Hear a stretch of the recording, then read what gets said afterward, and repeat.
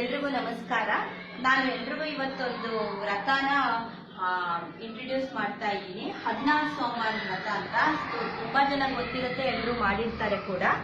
ಏನಪ್ಪಾ ಅಂದ್ರೆ ಈ 16 ಸೋಮವಾರ ವ್ರತ ಇಲ್ಲಿ ನೋಡಿ, ಇದು 16 ಸೋಮವಾರ ವ್ರತದ ಪುಸ್ತಕ. ಈ ತರ ಪುಸ್ತಕ ಸಿಗುತ್ತೆ. ಈ ಪುಸ್ತಕದಲ್ಲಿ ಪೂಜಾ ವಿಧಾನನೆಲ್ಲ ಹೇಳಿರ್ತಾರೆ.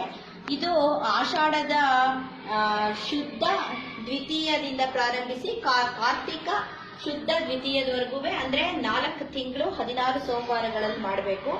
ಬೆಳಗ್ಗೆ ಎದ್ದಾಗಿನಿಂದ ನಿಟ್ಟುಪವಾಸದಲ್ಲಿ ಇದ್ದು ರಾತ್ರಿನೂ ಅಷ್ಟೇ ಏನೂ ತಿನ್ಬಾರ್ದು.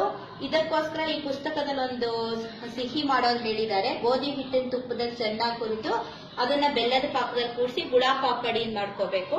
ಅದನ್ನ ಭಗವಂತನ ನೈವೇದ್ಯ ಮಾಡಿ ಅದನ್ನ ಮಾತ್ರ ತಿಂದು ಮಲ್ಕೋಬೇಕು ಅಷ್ಟೇ. ಈ ರೀತಿ 16 ಸೋಮವಾರಗಳ ಪೂಜೆ ಮಾಡಿ.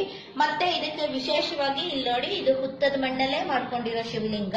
ಹುತ್ತದ ಮಣ್ಣನ್ನೇ ತಂದು ಚೆನ್ನಾಗಿ ಜರಡಿ ಹಿಡಿದು ಹುತ್ತದ ಮಣ್ಣಲ್ಲಿ ಶಿವಲಿಂಗನ ಮಾಡ್ಕೊಂಡು ಅವತ್ತೇ ಪೂಜೆ ಮಾಡಿ ಅವತ್ತವತ್ತು ವಿಸರ್ಜಿಸಬಹುದು. ಮತ್ತೆ 17ನೇ ವಾರ ಸಮಷ್ಟಿ ಪೂಜೆ ಅಂತ, ಅವತ್ತು 17 ಲಿಂಗಗಳನ್ನ ಮಾಡ್ಕೊಂಡು ಅದ್ರ ಮುಂದೆ ಈ ತರ 17 ದೀಪಗಳನ್ನ ಹಚ್ಚಿಡ್ಬೇಕು. ನಾನು ಇನ್ನು ಹಚ್ಚುತ್ತೀನಿ. 17 ದೀಪಗಳನ್ನ ಹಚ್ಚಿ ಪೂಜೆ ಮಾಡಿ ಸಮಷ್ಟಿ ಪೂಜೆ ಅಂತ. ಅವತ್ತು ರುದ್ರಾಭಿಷೇಕ ಮಾಡಿ ದಂಪತಿ ಪೂಜೆ ಇದ್ರಲ್ಲಿ ವಿಶೇಷವಾದ್ದು.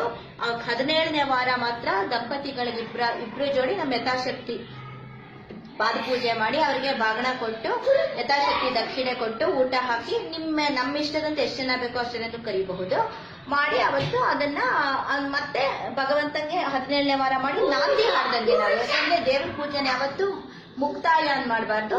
ಮತ್ತೆ ನಾವು 17ನೇ ವಾರ ಇದೇನ್ ಮಾಡ್ತೀವಿ, ಇದು ಮತ್ತೆ ಮುಂದಿನ ವರ್ಷ ಮಾಡೋದಕ್ಕೆ ನಾಂದಿ ತರ ಸಮಷ್ಟಿ ಪೂಜೆ ಅಂತ 17 ವಾರ ಮಾಡಿ ಮುಕ್ತಾಯ ಮಾಡಬೇಕು.